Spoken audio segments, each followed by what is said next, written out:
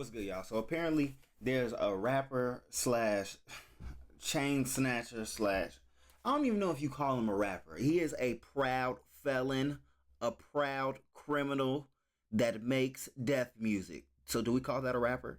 Okay, so this is what he did today. He's a top tier, top of the line, top 5 Philly crash out. And he was arrested for an armed robbery because he robbed another rapper who he was doing business with. So folks be hustling side to side, backwards, but they definitely not hustling forward. But we about to watch this video together. It's your boy MasoMoney. Make sure you like, subscribe, and watch to the end of the video. Let's get straight into it. I get a lot of these niggas want what I got, so I gotta stay with it. I keep Glocky by my side, this shit for my safety. Sometimes I wanna question God, like why these niggas hate me. They freeing demons out the jails, the other killers coming. Keep the ones that told and free the gangsters that ain't tell them. I made a pledge to get my mom from out the trenches and all the killers. In the middle club, I'm drunk and sad, but I peep niggas breaking me. I should've been more in 50s, I can lie, they call me slip. Talking while they call me slippy. These niggas around the big summer, they call me slippy. If I see that shit shining, I'ma take that shit right off your neck. I robbed everybody from the city to Jersey, from Camp and check my stand. So this counts as music? These for any of you bitch ass Jersey niggas. Y'all mad as shit. I treated that nigga like he was a fucking dog and snatched him by his fucking collar. If any of y'all got a fucking problem with it, come holler at me about it. Y'all keep going on Instagram doing all this, typing paragraphs and all this bitch ass shit. So y'all you niggas get on the internet and yeah? I do what I want to y'all. Y'all niggas is. Anybody got a problem, nigga, holler at me, nigga. Y'all know not to say nothing to me. Y'all know what's going on, nigga. Oh no. It's a scary guy, y'all. Be careful. Why you tripping, Debo? Shut up, fuck, I'll knock your ass out. Oh man, that's messed up. Won't you give him back his chain? What chain? Yeah, what chain? Oh, he wanna know.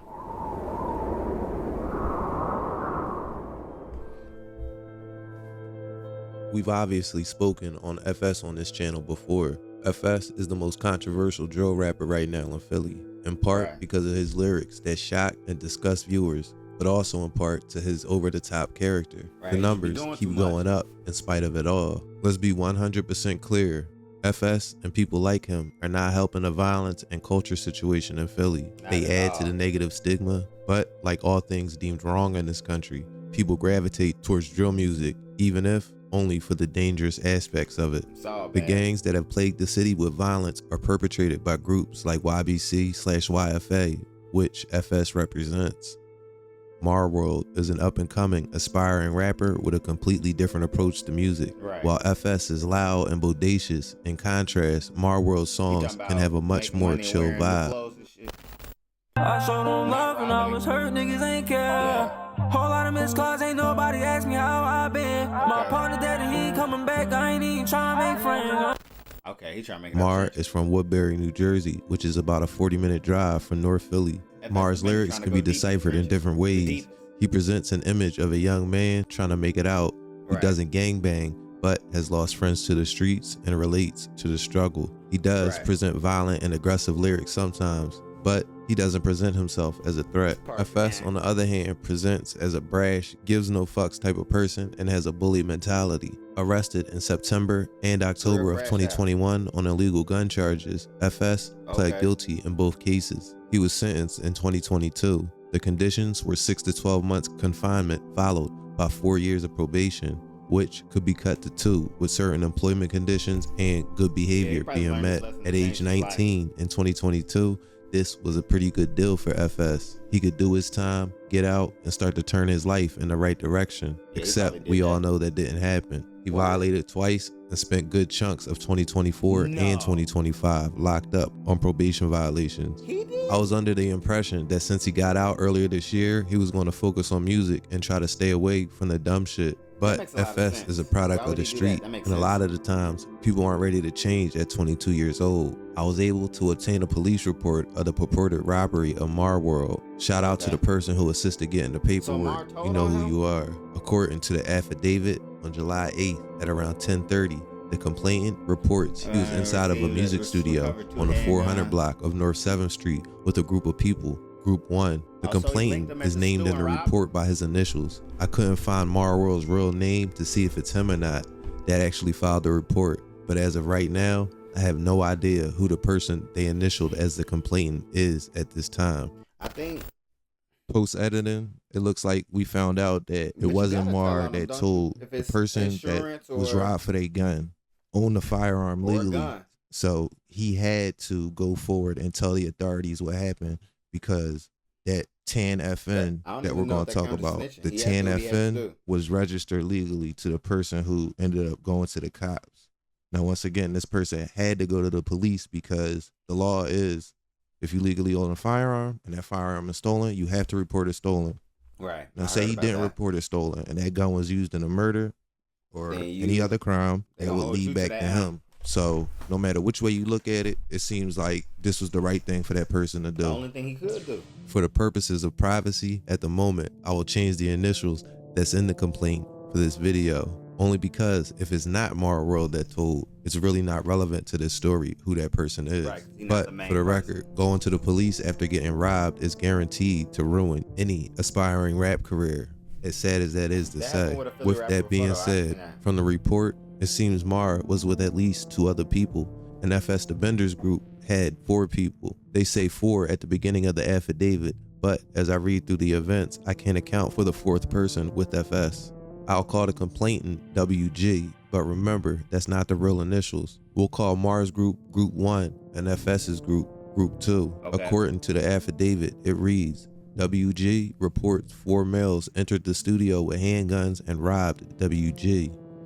Like why these niggas all on my dick, got me all in they misses. Like when I'm in they misses, all that shit be for attention. I'm in the middle club, I'm drunk and sad, but I peep niggas breaking me. I should've been more in 50s, I can't lie, they call me slipping. These niggas don't want. These for any of you Chaz Jersey niggas. Y'all mad as shit. I treated that nigga like he was a fucking dog and snatched him by his fucking collar. If any of y'all got a fucking problem with him, these dudes he linking at the studio, they really don't got much of nothing. And so is you really even surprised that they trying to steal and rob? They ain't even trying to think how to make the money. Like, damn, let's make some money together. I see he earned himself a chain. They just think, like, let me steal it and flex that I stole. Like, you don't get no points for stealing. Do you get... Who wants to see... Oh, my God. This is dumb as hell. On camera. All on the internet. Grants and all this bitch ass shit. Y'all niggas just... He chatting. I do what I want to y'all. Y'all niggas chatting, talking about he don't anybody got a problem, nigga, holla at me, nigga. What is this? Y'all know not to say nothing to me. Y'all know what's going on, nigga. I don't even know Philly stuff. This is the definition of chatting on the internet he doing, gang. Hold on, I want to read that. I mean, I respect FS for not telling, but I mean, come on. This nigga's in jail for his crime his homie committed. Pop took my real chain, not FS. Nigga got the ticket sitting in jail for something he did. That's not thorough. He's slow. He's slow. Ain't no loyalty amongst thieves, and he's still wearing the man chain. You should have sold the chain and paid your homie bond. You a bad friend.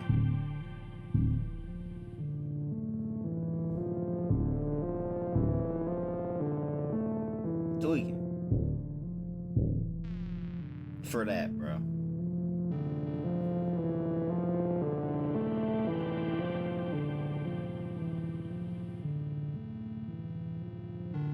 WG also reports that he gave the suspects $200 and his gun, a tan FN 57 with 20 rounds. WG said that other people in Group 1 were also robbed by the 4 men in Group 2, but did not wish to file a police report.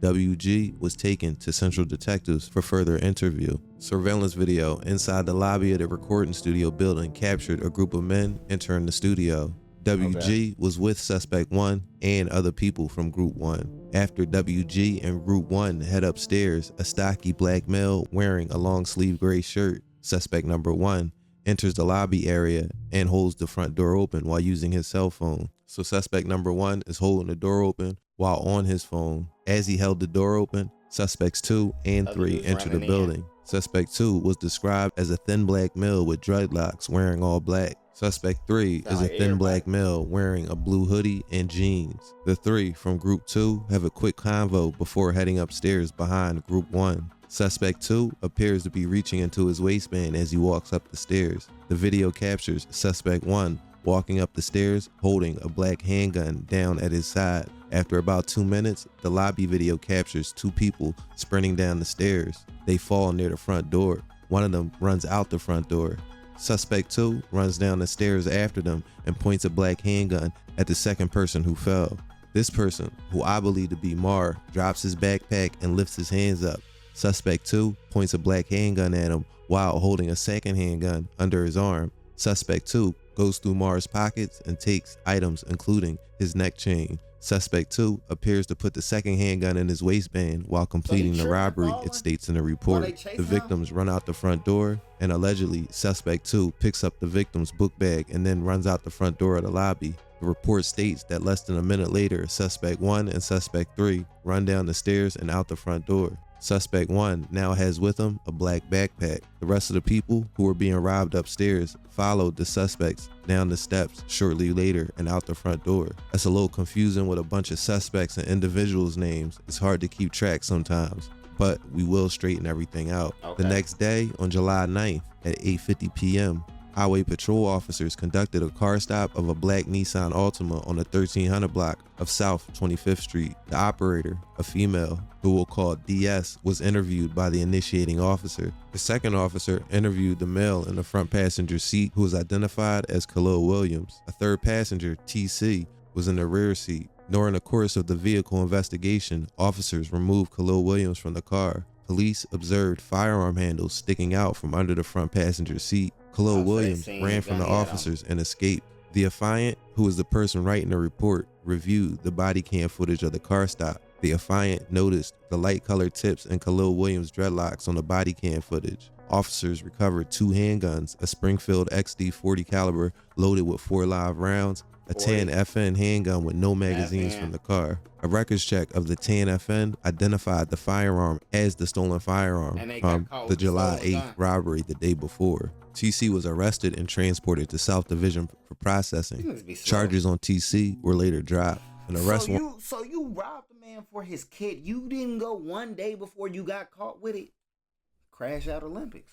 That's issued for Khalil Williams. CIU investigators reviewed the paperwork for the car stop and the gun recovery on July 9th. On July 31st, 2025, store surveillance video was reviewed by investigators who identified Kasim Brown, or FsDaBender, as Suspect 1 and Khalil Williams as Suspect 2. The officer reviewing the footage says he has known Kasim Brown for 2 or 3 years from previous gang and gun violence investigations. The officers also report that Kasim Brown is a local, well-known rapper. The affiant concluded from all the evidence I just mentioned that there is sufficient probable cause to issue an arrest warrant for Kasim Brown for robbery, assault, violation of the Uniform Firearms Act, and conspiracy. He was arrested soon after. The streets are a lie, and the story of FsDaBender was always going to go this way, right? Always. Anyone in their right mind knew the way he was acting while on probation and his unwillingness to change was going to land him right back in jail.